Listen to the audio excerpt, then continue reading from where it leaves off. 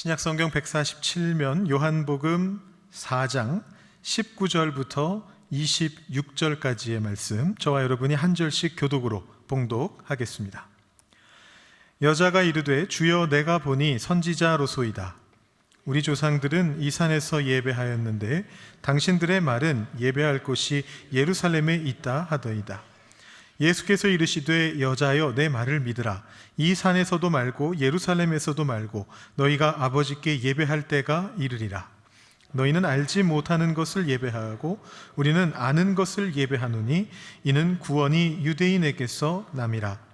아버지께 참되게 예배하는 자들은 영과 진리로 예배할 때가 오나니 곧 이때라. 아버지께서는 자기에게 이렇게 예배하는 자들을 찾으시느니라. 하나님은 영이시니 예배하는 자가 영과 진리로 예배할지니라. 여자가 이르되 메시아 곧 그리스도라 하는 이가 오실 줄을 내가 아노니 그가 오시면 모든 것을 우리에게 알려주시리이다. 예수께서 이르시되 내게 말하는 내가 그라 하시니라. 아멘. 익숙한 것들이 변화할 때에 우리는 종종 당황하게 됩니다. 때로는 불편함을 느낄 때도 있고요. 또 그 변화의 이유를 납득하기 어려워서 화가 나거나 그럴 때도 있습니다. 여러분, 이번 주간에 큰 두 가지 변화가 생겨났는데요. 혹시 어떤 건지 아십니까? 첫 번째는 여러분들 늘 보시는 스마트폰 속에 카카오톡이 변했습니다. 혹시 경험하셨습니까? 저는 한국에서 안 좋은 소식이 들려오자마자 재빠르게 자동 업데이트를 막아가지고 아직 옛날 카카오톡 버전을 쓰고 있습니다. 근데 지금 한국은 난리가 났더라고요. 이게 업데이트가 되면서 원하지 않는 방향으로, 다수의 사용자들이 원하지 않는 방향으로 개편이 된 것 때문에 지금 불만의 목소리가 나오고 난리가 났습니다. 개편을 어떻게 한 거냐면 카카오톡을 인스타그램 같은 느낌으로 바꾼 거였거든요. 그래서 자신과 친구로 등록되어 있는, 연락처가 등록되어 있는 사람들의 어떤 피드, 그 사진들, 최근의 일상의 사진들, 프로필 사진들, 이런 것들을 이만하게 대문짝만하게 볼 수 있게 만들어 놓은 건데, 문제는 우리 젊은 층들 즐겨 사용하시는 인스타그램이라든가 페이스북이라든가 이런 것들은 자기가 원하는 사람들 것만 볼 수가 있습니다. 친구로 등록해서. 근데 카카오톡은 업무용으로까지 사용이 되니까 온갖 사람들, 자기가 아는 모든 지인이 다 등록이 되어 있는데 전혀 모르는 사람들의 애기 사진이 뜨고 이런 사진들이 뜨니까 사람들이 너무 당황한 겁니다. 그래서 이런 말까지 나왔다고 합니다. 내가 거래처 부장님이 골프 치는 모습까지 봐야 돼, 이런 말까지 나왔다고 그래요.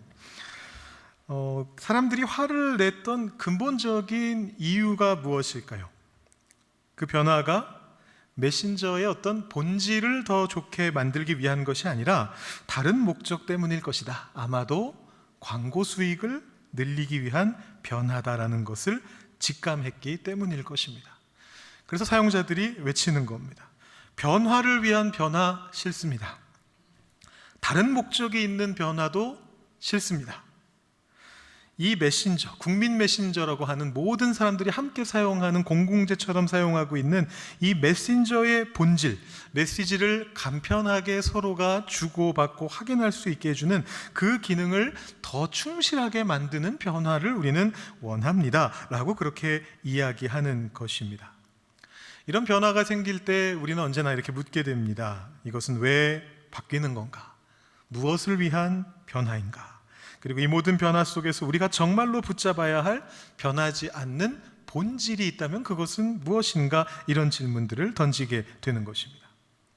자, 또 다른 변화가 하나 이번 주간에 있었습니다. 정확히 말하면 지금 있습니다. 어떤 걸까요? 바로 이 예배가 변화되었습니다. 이미 느끼신 분들도 계시겠고, 또 우리 지금 봉헌 시간이 뒤로 빠져 있잖아요. 봉헌을 해야 되는데 왜 안 하시지? 아마 이런 생각을 하실 수가 있는데 우리 설교 뒤쪽으로 이제 미뤄뒀는데요. 어떤 분들에게는 이 변화가 낯설게 느껴지실 수도 있고, 어떤 분들께는 또 반갑게 느껴지실 수도 있을 것 같습니다. 근데 이런 변화 앞에서 우리는 자연스럽게 앞에 던졌던 비슷한 질문들을 던지게 되는 거죠. 왜 예배 순서가 바뀌는 걸까? 이 변화가 우리를 어디로 이끌어갈까? 그리고 가장 중요한 질문은, 그렇다면 변하는 형식 속에서 우리가 붙잡아야만 되는 변하지 않는 본질이 있다면, 예배의 본질이 있다면 과연 그것은 무엇인가라는 근본적인 질문을 던지게 되는 것입니다. 이 근본적인 질문에 대한 답을 찾기 위해서 오늘 우리는 한낮의 우물가에서 예수님을 만났던 한 여인의 이야기로 깊이 들어가 보려고 합니다. 예수님께서는 사마리아를 지나가셨습니다. 여러분 아시다시피 이 시대에 사마리아는 유대 사람들이 아주 싫어하는 곳이었습니다. 왜냐하면 예전에 그 사마리아 지역이 멸망당하게 될 때 아수르 제국이 그곳을 점령한 다음에 혼혈 정책을 펼쳤거든요. 그래서 그곳에 있는 사람들은 더 이상 순수한 유대인이라고 말하기가 힘들게 되었습니다. 그래서 경건한 유대인들은 이 사마리아라고 하는 곳은 부정한 곳이라고 생각했습니다. 사마리아 사람들은 부정한 사람들이고 사마리아 땅은 부정한 땅이다, 이렇게 생각을 했습니다. 그래서 아예 그 땅을 밟는 것조차 싫어했습니다. 그래서 예루살렘에서 갈릴리로 갈 때, 혹은 갈릴리에서 예루살렘으로 올 때 원래는 사마리아를 지나가야 되지만 사마리아를 지나지 않기 위해서 일부러 빙 디귿자 모양으로 빙 돌아서 요단강 건너편으로 올라가서 갈릴리로 가곤 하였습니다. 근데 예수님께서는 그 땅을 피하지 않으시고 정면으로 통과하십니다. 이유는 여러 가지가 있을 수 있겠습니다. 차별하지 않으시는 그 예수님의 성품 때문이었을 수도 있겠고요.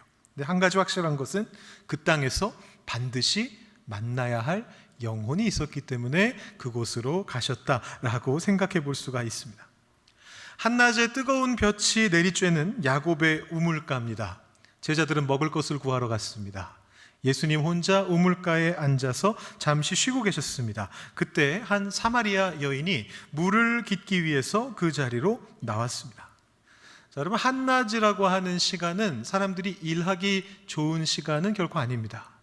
요즘은 화이트 칼라 일들이 많아져가지고 점심만 먹고 나서 다시 일하는 경우가 많습니다만, 육체 노동을 하는 것이 주가 됐던 시대에는 한낮에 일한다는 게 참 쉽지 않습니다. 이 이스라엘 땅과 비슷한 기후를 가지고 있는 지역, 중동 지역이라든가 남유럽이라든가 이런 지역에서는 옛날부터 그래서 한낮에는 일을 하지 않고 쉬는 문화가 있었습니다. 피에스타 같이 차라리 낮잠을 자고 선선한 저녁에 일을 하리라, 이런 마인드잖아요. 이 시간에는 원래 일하는 시간이 아닌데 굳이 이 시간에 물을 길러 왔다라는 것은 무슨 뜻이냐 하면, 이 여성이 다른 사람의 눈을 피하고 싶어 했다라는 것을 암시하는 것이죠. 바로 그 여인에게 예수님께서 물을 달라 말씀하시면서 놀라운 대화로 시작을 하십니다. 자, 유대인 남성이, 그것도 랍비가, 당시의 유대인들에게 멸시받고 있었던 사마리아인, 그것도 행실이 좋지 않다고 소문이 나고 있었던 한 여성에게 말을 건다라는 것은 파격적인 사건이었습니다. 자, 이 대화의 첫 시작은 물이라고 하는 아주 우리의 전형적인 육적인 주제로서 시작이 됩니다. 예수님이 목이 마르시다고 하셨잖아요. 예수님도 육신에 목마름이 있으셨습니다. 그리고 이 여인도 물을 길러 왔습니다. 물이 필요한 사람이었습니다. 근데 예수님께서는 이 물이라고 하는 주제를 곧바로 영적인 차원으로 끌어올리십니다. 내가 주는 물을 마시는 자는 영원히 목마르지 아니하리니 내가 주는 물은 그 속에서 영생하도록 솟아나는 샘물이 되리라. 성령을 일컬어서 하시는 말씀이에요. 이 말씀을 듣고서 여인의 귀가 솔깃해집니다.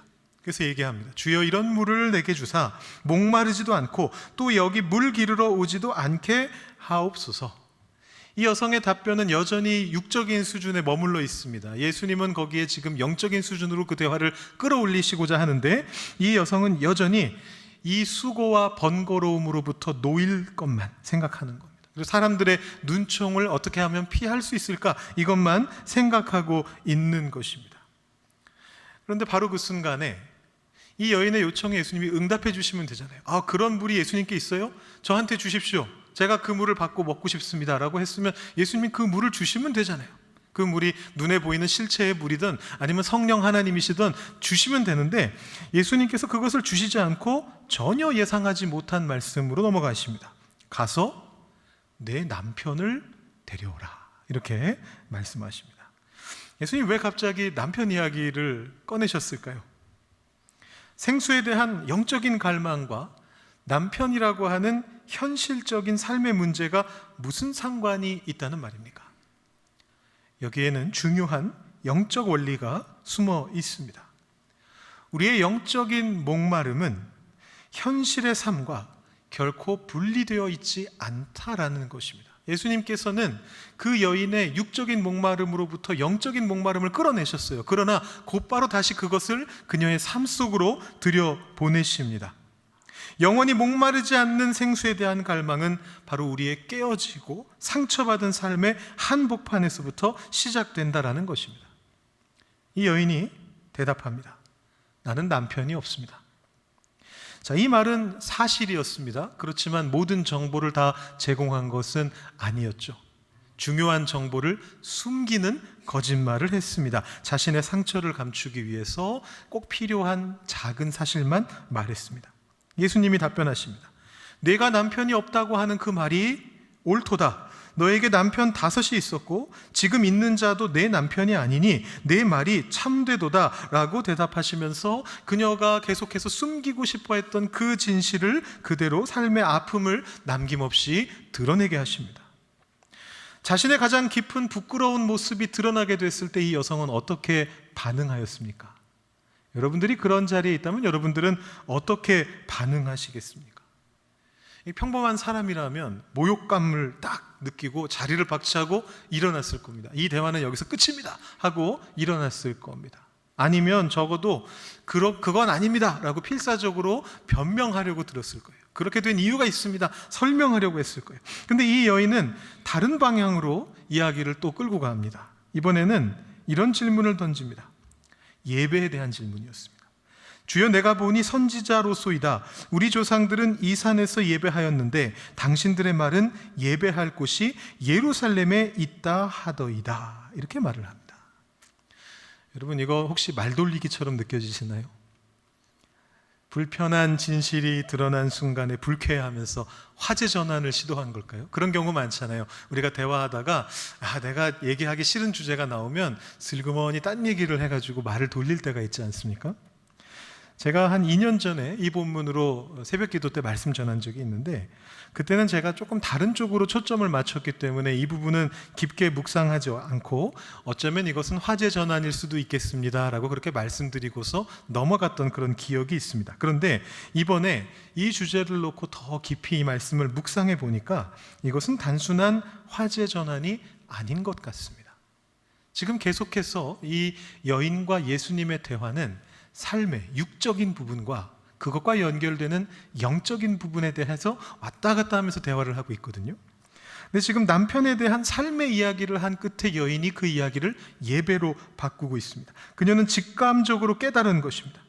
눈앞에 있는 이 여행자와 그가 볼 때는 아직 여행자일 뿐인데 이 여행자와 함께 대화하면서 삶의 목마름이 영원한 생수라는 영적 갈망으로 변화되는 것을 체험하면서 삶과 하나님의 세계가, 육의 세계와 영의 세계가 결코 먼 것이 아니다라는 것을 깨달으면서 그녀는 문득 예수님의 질문이 자신의 예배, 영적인 것에 관련된 것이 아닐까 이런 생각을 했을지도 모르겠습니다. 자신의 삶이 이토록 엉망이 된 것, 어떻게든 살아남으려고 애썼지만 결코 쉽지 않은 길을 걸어야만 했던 그 끝없는 목마름의 원인이 어쩌면 하나님과의 관계, 예배의 문제와 연결되어 있는 것은 아닐까 생각했을 것입니다. 우리의 삶과 예배는 어떤 관련이 있는 것입니까? 이 여인은 왜 자신의 가장 아픈 현실 앞에서 예배에 대한 질문을 해야 했던 것일까요?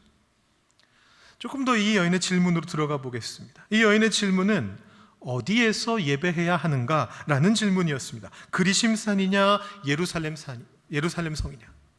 이것은 사마리아 사람과 유대인들의 자존심이 걸린 문제였습니다. 아주 민감한 문제였습니다. 어느 장소가 하나님을 예배하기에 더 적합한 곳인가 라는 질문이었는데 예수님께서는 이 장소의 문제를 뛰어넘어서 어떻게 예배해야 하는가의 문제, 예배의 본질로 곧바로 들어가십니다. 이렇게 말씀하십니다. 여자여, 내 말을 믿으라. 이 산에서도 말고 예루살렘에서도 말고 너희가 아버지께 예배할 때가 이르리라. 아버지께 참되게 예배하는 자들은 영과 진리로 예배할 때가 온다. 영과 진리로 예배한다. 여러분, 이것이 도대체 무슨 의미일까요? 이게 예배의 본질인데요. 영과 진리로 예배한다는 것이 도대체 무엇을 말하는 것일까요? 제가 청년 때 다녔던 저의 이제 모교회입니다. 제가 아주 어린 시절부터 청년 때까지 다녔던 교회가 있습니다. 서울의 소망교회라고 하는 교회인데요. 이 교회에서는 모든 예배 부름을 매주마다 예배 부름을 할 때마다 항상 오늘 성경 본문 하나님은 영이시니 예배하는 자가 영과 진리로 예배할지니라 이 말씀으로 끝을 냈습니다. 저희는 그렇게 안 하잖아요. 매번 말씀이 바뀌는데 이 교회는 말씀은 매번 바뀌는데 바뀔 때마다 맨 끝에 항상 요 구절을 덧붙여서 예배의 부름을 끝냈어요. 그래서 하나님은 영이시니 예배하는 자가 영과 진리로 예배할지니라 아멘. 이 목소리를 다 같이 고백하고 나서 예배를 항상 시작했습니다. 자, 그런데 여러분 혹시 기억하실는지 모르겠는데요, 이 구절이 예전 번역에는, 개역 한글판 번역에는 다르게 번역되어 있었습니다. 여러분 혹시 기억하시나요? 예, 맞습니다. 영과 진리로라고 번역되어 있지 않고 신령과 진정으로라고 그렇게 되어 있었습니다. 신령과 진정으로. 아마 익숙하실 겁니다. 워낙 예배 때 많이 사용됐던 구절이기 때문에. 근데 그 당시에 저희 교회 담임 목사님께서는 이 구절을 읽으실 때마다, 매주 읽으셨는데 읽으실 때마다 항상 신령과 진정으로라고 안 하시고 신령과 진리로 예배할지니라 이렇게 말씀하셨어요. 제가 얼마나 많이 들었는지 억양까지 아직 외우고 있습니다. 진리의 강조점이 있었습니다. 신령과 진리로 예배할지니라 이렇게 항상 말씀을 하셨습니다. 그래서 어린 나이에, 제가 젊은 나이에 궁금해했던 기억이 있습니다. 그때는 아직 개정판 성경 나오기 전이니까요. 성경에는 신령과 진정으로라고 되어 있는데 왜 우리 목사님은 항상 신령과 진리로라고 말씀하시지? 이런 의문을 가지고 있었습니다. 근데 알고 보니까 원어가 그렇게 되어 있더라고요. 원어를 여러분께 다 말씀드리는 것은 무의미할 것 같고, 영어로 만약에 풀어 쓴다면 어떻게 되느냐 하면 in spirit and truth, in spirit, in truth 이런 뜻이 됩니다. 과거에 우리 성경 번역은 in truth를 진리로, 진리 안에서 이렇게 번역하는 대신에 진정으로라고 풀어서 번역을 한 것인데, 이렇게 번역하니까 오해가 생기게 됐습니다. 왜냐하면 이 진정으로라고 하는 말은 우리의 인상에서는 어떤 느낌을 주느냐 하면 감정적인, 어떤 심리적인 태도를 말하는 것처럼 느껴진다는 거예요. 진심 어린 이런 뜻으로 느껴진다라는 것이죠. 그래서 하나님은 영이시니 예배하는 자가 신령과 진정으로 예배할지니라 이렇게 이야기를 하면 어떻게 느껴지느냐 하면 우리한테는 내 안에 뭔가 신령함을 가지고, 신령함이 내 안에 있어서 내가 정말 진정으로 진심을 다해서 하나님 앞에 예배드려야 된다, 이런 의미로 받아들여지기 쉬웠던 거죠. 그런데 물론 그것이 중요합니다. 우리가 진정으로 진심을 담아서 예배하는 것이 물론 중요한데 오늘 말씀의 본래의 뜻은 그런 뜻이 아니에요. 영과 진리로라는 말은 무슨 뜻이냐 하면, 영은 바로 성령을 말하는 것입니다. 우리 안에 있는 어떤 신령함을 이야기하는 게 아니에요. 내가 내 마음을 신령하게 만들고자 하는 게 있는 게 아니고 성령 하나님께 의지해서 예배를 드려야 된다라는 그런 얘기입니다. In spirit, 성령으로 예배드리라 그런 얘기고요. 그 다음에 진리로 예배드리라라는 말은 무슨 말이냐 하면, 이 요한복음은 진리가 바로 무엇인지를 명확하게 증언하는데요. 요한복음 1장에 이런 말씀이 있습니다. 말씀이 육신이 되어 우리 가운데 거하심에 우리가 그의 영광을 보니 아버지의 독생자의 영광이요 은혜와 진리가 충만하더라. 또 이런 말씀도 있습니다. 율법은 모세로 말미암아 주어진 것이요 은혜와 진리는 예수 그리스도로 말미암아 온 것이라. 나중에 8장에 가면 또 이런 말씀도 나오죠. 너희가 참 내 제자가 되고 진리를 알지니 진리가 너희를 자유롭게 하리라. 이 요한복음의 맥락 안에서 진리라고 하는 것은 무엇이냐 하면 어떤 추상적인 개념을 얘기하는 게 아닙니다. 추상적인 어떤 교리를 얘기하는 것이 아닙니다. 바로 이 땅에 성육신하신 예수 그리스도, 그분의 그 인격 자체를 가리키는 말입니다. 그러니까 영과 진리로 예배한다라는 것은 내 안에 어떤 신령함이나 진정성을 불러일으켜서 예배를 드린다는 뜻이 아니고, 성령님의 인도하심 안에서 이 땅에 오신 진리라고 하는 이 예수 그리스도, 성육신하신 예수 그리스도를 통해서 아버지 하나님께로 나아가는 삼위일체적인 사건에 우리가 동참한다라는 것을 의미하는 것입니다. 우리의 힘으로 되는 것이 아닙니다. 우리의 공로로 되는 것도 아닙니다. 우리의 마음가짐으로 되는 것도 아닙니다. 성령을 붙잡고 그리스도를 통해서 아버지 하나님을 만나는 신비로운 교제가 바로 예배다라는 것을 알려주고 있는 말씀입니다. 동시에 이 말씀은 영과 진리를 나란히 놓음으로써 이 예배가 우리의 영적인 부분만을 다스리는 것이 아니라 우리의 삶이라고 하는 육적인 부분까지도 모두 끌어안고 있는 거룩한 행위라는 것을 우리에게 분명하게 알려주고 있습니다. 방금 말씀드린 것처럼 이 진리는 성육신하신 예수님을 말합니다. 저 하늘 위에 고고하게 계신 예수님이 아니라 우리의 삶 속으로 들어오셔서 우리의 삶을 바꾸어 가시는 예수님을 말하는 것입니다. 그러므로 영과 진리로 예배 드린다라는 것은 우리가 영적으로 하나님을 깊게 체험할 뿐만이 아니라 우리가 살아가고 있는 이 땅 속에서 예수 그리스도의 뜻이 우리 삶 속에 이루어지게끔 하는 그 진리를 따라 걷는다는 것이 예배의 본질이다라는 것을 오늘 말씀이 이야기해 주고 있는 것이죠. 이것을 깨닫게 된 사마리아 여인이 즉시 반응합니다. 메시아 곧 그리스도라 하는 이가 오실 줄을 내가 아노니 그가 오시면 모든 것을 우리에게 알려주시리이다. 이 여인의 말을 풀어서 써본다면 이런 뜻이 됩니다. 메시아를 만나면 영과 진리로 참되게 예배할 수 있을 줄 압니다. 메시아를 만나면 저의 예배도 회복되고 저의 삶도 회복될 것이다라는 것을 제가 압니다. 저는 그것을 기다리고 있습니다. 부끄러운 현실 속에서 남몰래 우물에 들러서 힘겹게 물을 푸며 6명의 남편 아닌 남편을 만나가며 내가 무엇을 찾는지 무엇을 해야 하는지도 모르는 가운데 삶을 힘겹게 이어나가면서 그럼에도 여전히 마음속에 생수에 대한 갈망이, 예배에 대한 궁금증이 가득한 그런 나 자신이 스스로도 이해되지 않는 가운데서도 저는 여전히 저의 예배와 저의 삶이 회복될 것을 바라보고 있습니다. 메시아를 만날 때 그렇게 되리라 믿습니다 라고 고백하는 것입니다. 이 간절한 고백에 예수님께서 놀라운 그러나 아주 간단한 답변을 하십니다. 내게 말하는 내가 그다. 내가 바로 내가 그토록 기다려왔던 메시아다, 그리스도다 라고 말씀하십니다. 이것이 영과 진리로 예배할 때 벌어지는 일입니다. 예배의 자리에서 우리는 메시아를 만나는 것입니다. 그리스도를 경험하는 것입니다. 그리고 예배를 통해 만나게 된 그리스도를 통해서 우리의 상처받은 삶이 회복되고 변화되는 것을 경험하게 되는 것입니다. 그것이 예배의 본질입니다. 오늘부터 우리 교회의 예배가 변하게 됩니다. 이미 느끼셨을 겁니다. 우리 일부의 경우에는 장로교 전통과 초대교회 전통에 더 가까워지도록 신앙 고백과 함께 새로이 참회의 기도를 하게 되었습니다.